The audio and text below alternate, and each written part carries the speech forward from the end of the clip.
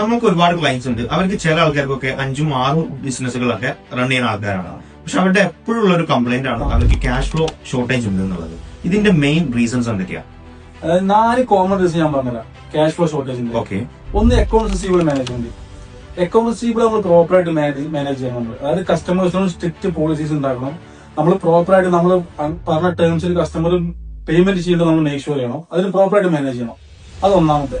രണ്ടാമത്തെ നമ്മൾ over stock. നമ്മൾ സ്റ്റോക്ക് നമ്മൾ ഒരുപാട് അൺവാണ്ടഡ് ആയിട്ട് നമ്മൾ ഒരുപാട് കീപ്പ് ചെയ്തിട്ടായിരിക്കും. അപ്പൊ അത് നമ്മൾ റെഡ്യൂസ് ചെയ്ത് നമ്മൾ പ്രോപ്പറായിട്ട് സ്റ്റോക്ക് മാനേജ് ചെയ്യുക. രണ്ടാമത്തെ. മൂന്നാമത്തെ എന്താണ്? Wrong pricing.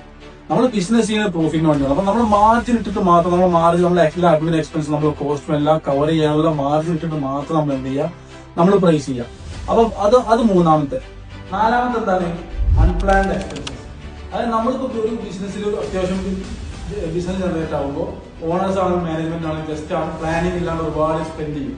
നമ്മൾ ഒരുപാട് ആവശ്യമില്ലാണ്ട് ഒരുപാട് ലക്ഷറി ആയിട്ട് സ്പെൻഡ് ചെയ്യും, ഒരുപാട് സ്പെൻഡ്. അപ്പൊ അത് കൺട്രോൾ നമ്മൾ പ്ലാൻ ചെയ്തിട്ട് നമ്മളെ ക്യാഷ് ഫ്ലോ പ്ലാൻ ചെയ്യുക. നമ്മളെല്ലാം പ്ലാൻ ചെയ്തിട്ട് പ്രോപ്പറായിട്ട് മാനേജ് ചെയ്ത് കഴിഞ്ഞാൽ നമുക്ക് ഈ പ്രോബ്ലം സോൾവ് ചെയ്യാൻ പറ്റും.